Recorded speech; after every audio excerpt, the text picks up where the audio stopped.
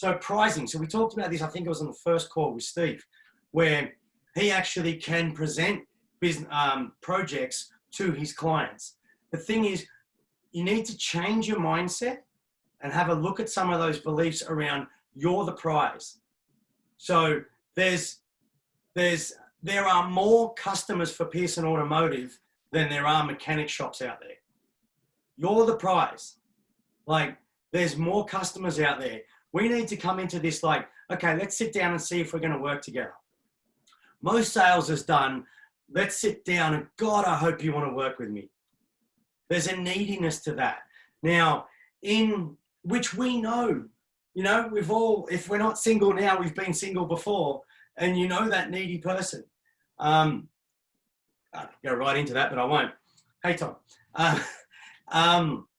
So it's like, to make it more physical, there's a thing within, which I think I mentioned before, within judo or martial arts.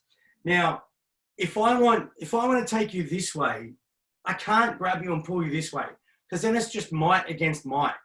And like, if I'm doing that with Tom, he's going to beat me every time. However, if I start to push Tom, naturally, he's going to push back. So I push, as he pushed back, I can take him with his own weight. Now, that's how the sales process needs to be a little bit more, where I step back, and which leads me into the next mental concept I want you to think of. I step back, and if it's right for you, you come forward. But generally that's triggered by me stepping back, because what happens in most sales processes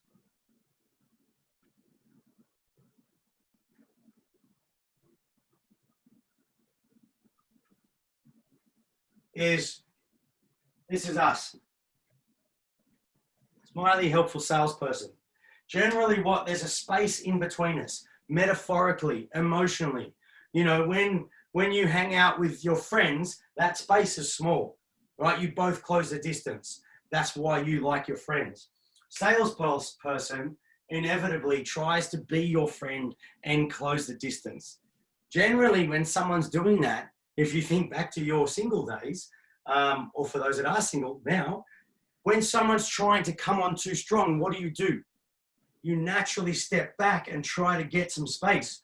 So they try to close the space, and you naturally open the space to maintain it where you're comfortable.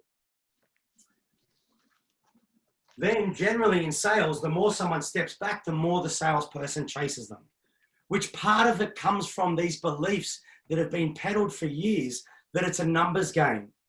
You've got to get through 7 no's to get a yes. No, you don't. You need to really clarify what's important to them. And, you know, I might go, hey, you know, is it good that we work over an 8-week period? Oh, well, no, that's, you know, I don't have that time to commit. All right, let's look at something else. You know, so it's not like I need to say, so Tom, you know, does that look good? Are you ready to buy now? Oh, no, it's a little bit early for me. All right, let's talk about some of the other features and benefits. And I'll try and attack you from a different angle. This is not when it's martial arts. So many other things come into martial arts, but not now. It's not like I punch him with the right hook. He blocks that, so I hit him with the uppercut. That's not what we're doing. So it's all about closing the space. You as the salesperson never closes the space. How do you close the space, you ask? You don't have to do me. Someone asked, how do you close the space? Step away.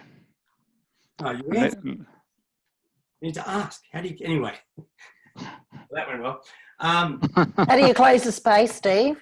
Oh, good question, Tia. Thank you. Funnily enough, that's just where I was going. You close the space by telling them something, being an information booth, talking about features and benefits. You know what I mean? This is what people think of when they talk about sales. Maybe not you guys, but when most people think about sales, or especially if you came onto this course being apprehensive about sales or scared of it, I don't think any of you did.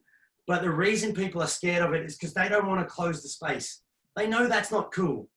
Hey, buy my shit. Buy my cool thing. Hey, what about this? Oh, it's got this, it's got that, it's got that. It's the another strategy you could call like throwing shit at the wall and seeing what sticks. That's why people don't like sales. That's the way we sold forever. Let me just overwhelm you with my features and benefits and see if you want to grab any of them. And if I get you at the right time and you're a nice person, you might go, oh, and you don't have any other option. You're like, okay, yeah, that'll work. All right, here's my money. Never close the space.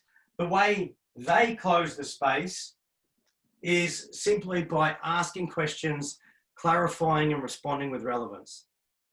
How do you feel like when we have a conversation and, you know, it's something like, okay, yeah, I know that's got to be tough for you. So what were you thinking there? You know, or instead like, well, oh yeah, I've done that before. You know, what you need to do is this. What you need to do is that. You know, the answer's like, fuck you, dude. You don't even know. We're not connecting here. Asking questions and responding with relevance. And you do that more and more, and people will close the space when they're good and ready. And if they don't ever close the space, either you're not doing a good enough job, you don't genuinely care about what's most important to them, or they're not the right fit. Better you know that now than you spend another 2 weeks trying to work with them, or they come on board for some strange reason, and then they're the worst client ever.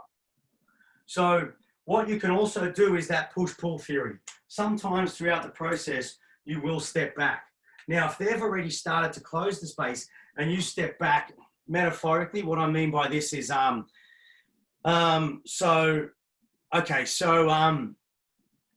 my program, there's going to be some feedback. More than likely, you're not going to like some of that feedback, but you're paying me to give you that feedback because no one else will. How are you with feedback? Because to be honest, you know, if you can't work with that, I don't know if we can work together.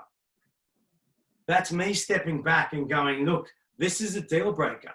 If you're not up for it, that's cool, but we can't work together. So anything where I'm saying, look, do you mind if I ask a few questions just to see if we are a fit? Metaphorically, I'm planting that seed in your mind that we may not be a fit. And I may say that, you know, it's probably best we don't work together. And that's where you're going to save yourself down the road.